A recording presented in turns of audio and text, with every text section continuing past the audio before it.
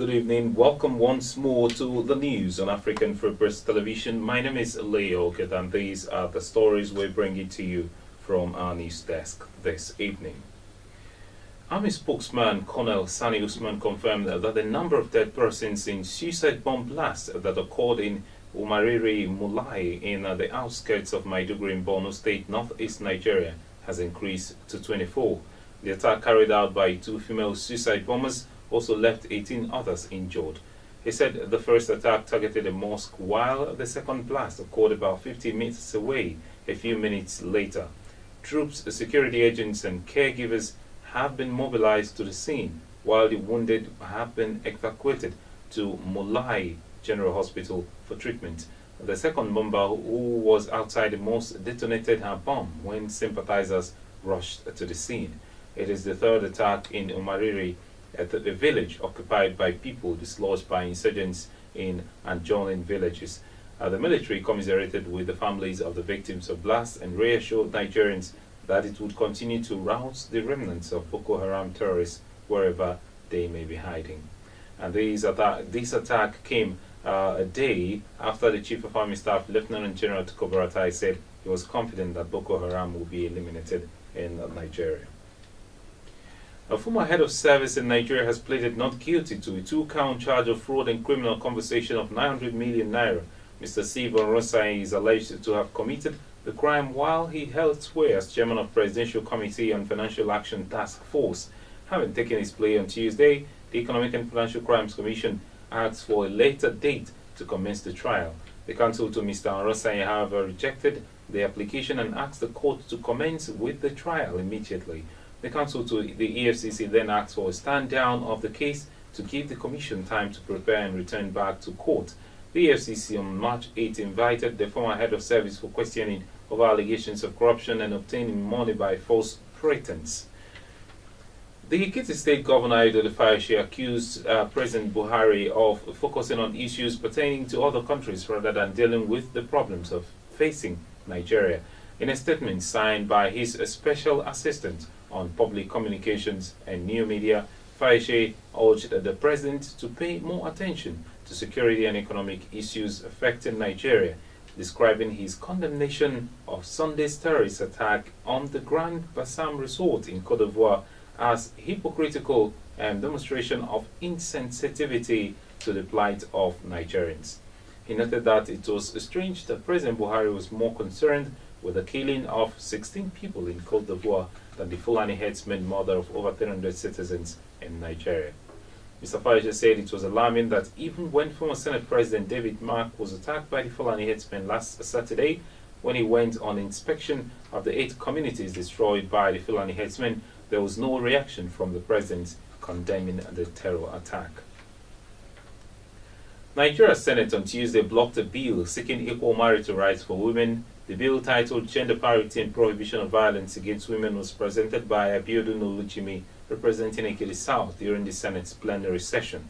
According to Ms. Oluchimi, the bill would seek equal rights for women in marriage, education, and job. She said if the bill was passed, the widow in Nigeria would automatically become the custodian of her children in the event of the death of her husband and would also inherit his property. The Deputy Senate President Ike Kuremadu supported the bill.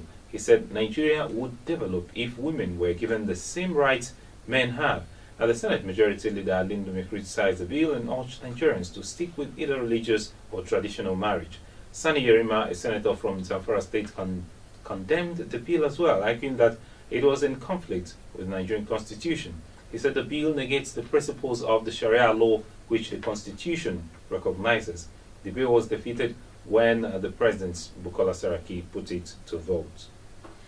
And the former Nigerian Minister of Petroleum Resources, Mrs. Diezani Alison Madueke, has vehemently denied stories that her sister has a kid for former President Goodluck Jonathan. She debunked this story in London while responding to questions from the CEO of Ovation magazine, Mr. Tele Momodu. Mrs. Madueke strongly noted that it is totally untrue, as she has no such sister or relative. She wondered how people could fabricate such blatant lies. The former Nigerian Minister of Petroleum is currently undergoing extensive cancer treatment in London. And on the foreign scene, France has said it will deploy a paramilitary police force in the capital of Burkina Faso to react quickly in the event of the new attacks in Islamic militants in West Africa. The move comes 2 days after gunmen opened fire on Ivory Coast beach resort, killing 18 people, including 4 French citizens. Al-Qaeda in the Islamic Maghreb said it carried out the assault. Militants have also launched attacks in Burkina Faso and Mali recently. French Interior Minister Bernard Cazeneuve made the announcement on a visit to Abidjan to show France's support for Ivory Coast. He was joined by Foreign Minister Jean-Marc Ayrault.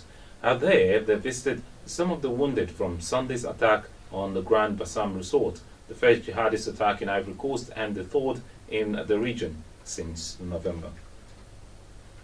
And still on the foreign scene, the front-runner in the Republican presidential nomination race, Donald Trump, won a decisive victory in the key state of Florida, but lost to John Kasich in Ohio.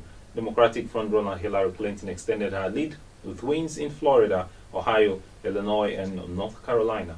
Meanwhile, Marco Rubio dropped out of the Republican race after losing in his home state of Florida to Mr. Trump. The billionaire has also won in Illinois and North Carolina. His victories caused a headache for the Republican Party because many senior members are concerned by his policies and tone. Mr. Trump will need just over half of the hundreds of delegates remaining to win a majority in the Republican race and assure him of the nomination. 5 big states on Tuesday chose their preferred candidate for November's presidential election. And in sports, Manuel Pellegrini believes Manchester City are well positioned to go further in the Champions League after seeing them reach the quarterfinals. City will be in the draw for the last 8 for the first time on Friday after a 0-0 draw with Dynamo Kiev, which gave them a 3-1 aggregate lead, putting them in the round of 16. Pellegrini praised his players for ensuring they will continue their European campaign into April despite the uninspiring nature of their stalemate. PSG, Wolfsburg, Benfica, Atletico Madrid and Real Madrid are already through, while Barcelona, Arsenal, Bayern Munich and Juventus, 2 from these will join them on Wednesday. And some teams represent more favourable opposition than others, but Manuel Pellegrini will have confidence regardless of his team, who his team is paired with. And these are the stories we're tracking for you coming from African Free Press Television. For more, please do log on to our website at www.africanfreepress.com. Follow us on Twitter at African Free Press. Like our Facebook page at africanfreepress.com. Do join us in our discussions on various interesting topics at African Free Press Forum and subscribe to our YouTube channel at African Free Press. My name is Leo Oketa. Good night.